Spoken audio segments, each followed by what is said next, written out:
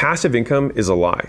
If you think about how money is made, you make money during time because every minute we're alive, a minute passes, time passes, and we make money over that time period, which means every single person on planet Earth has a dollars per hour that they make. And so it's not that passive income doesn't exist just as much as active income doesn't exist. It's a spectrum where it's how active is it or how passive is the activity that I'm doing relative to the time that I'm investing. And so I would eliminate active versus passive and simply say, what is my return on time or how much do I make per hour? It's just that most people get really scared of that because like no one should trade their hours for money. Everyone trades their hours for money. It's just that when they receive the money, it's just not denoted in hours. Then I started thinking I'd go to the mall and be like, oh, do you want a new shirt? And it was at the Gap and it was $30. And I was like, okay, well shoot, that's a whole shift. And I was like, would I work a whole shift if someone just held up a shirt that I didn't need to do it? And I was like, I don't think I would. And so all of a sudden it started shifting how my buying happened because I started feeling the pain associated with what it would take if I had to do that before getting the thing I was going to buy. And it completely changed my buying behavior. And to be very clear, saving money won't make you money, but saving money allows you to have money, and having money allows you to look further out. And when you look further out, you can take on bigger risks, which absolutely will make you more money. Most people overestimate what they can accomplish in a year and they underestimate what they can accomplish in a decade. Take whatever your net worth is now and add a zero to it, or add 2 zeros to it. You can accomplish that in a decade. If you look at the biggest companies in the entire world who were worth multiple billions from their inception until the time they were worth multiple billions, many times it's under 10 years, but it's still more than 5, more than 7. And so you can accomplish life-changing, crazy amounts of wealth in a decade. And so if you could write a contract to yourself and say, I will make no money for 10 years, but on the 10th year, I will add a 0 or 2 zeros or 3 zeros to my net worth, would you do it? And if the answer is yes, which it almost invariably is with every person who comes into my business, then I say, great, now act like it. What would I have to do that would make it unreasonable that I don't 10x in 10 years? Then all of a sudden I started making very reasonable bets that I knew would compound unto itself over that period of time.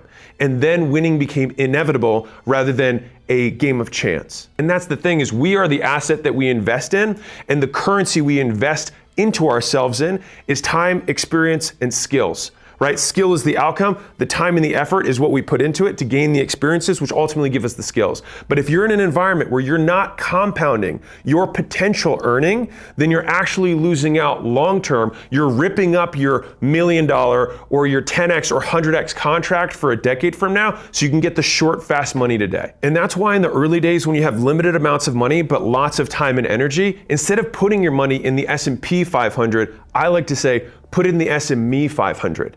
Because the asset that is you will always beat the stock market. You should only have to get rich once. In other words, don't bet what you have and need for something you don't have and don't need. And some of the gravest mistakes I made manifested in, for example, me getting into a partnership that I shouldn't have gotten into because I wanted even more faster. A partner needs to have one of these 3 things that you do not have. They either have to have money that you don't have, and then the clear contribution is that money. They need to have experience you don't have, and the clear contribution is that experience. Or number 3, they have time and energy that you don't have, and the clear contribution is that time and energy. If you never learn to manage your time, you're never gonna learn to manage your money. And so the thing is that all of us obviously have equal amounts of time that we're given, not necessarily in life, but at least every day. And so the people who get the best returns on their money are the ones who learn how to best invest their time. And so a big misconception around money is that money, in my opinion, is an encapsulated version of time. And since all of us trade time for the money that we get, then it means for each person, money represents a certain amount of time.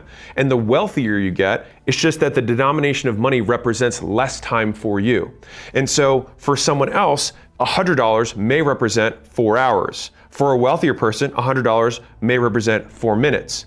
And so it's a constant appraisal that you do on a regular basis, looking on your calendar and saying, what things do I have here that I could trade my time for more money?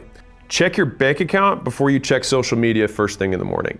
And if it hurts you to check your bank account first thing, then you need to do it even more. Peter Drucker said, what gets measured gets managed. And so one of the most fascinating things that I found with human behavior in any kind of change is that the first thing that you can do to improve any metric for any skill is to actually measure it.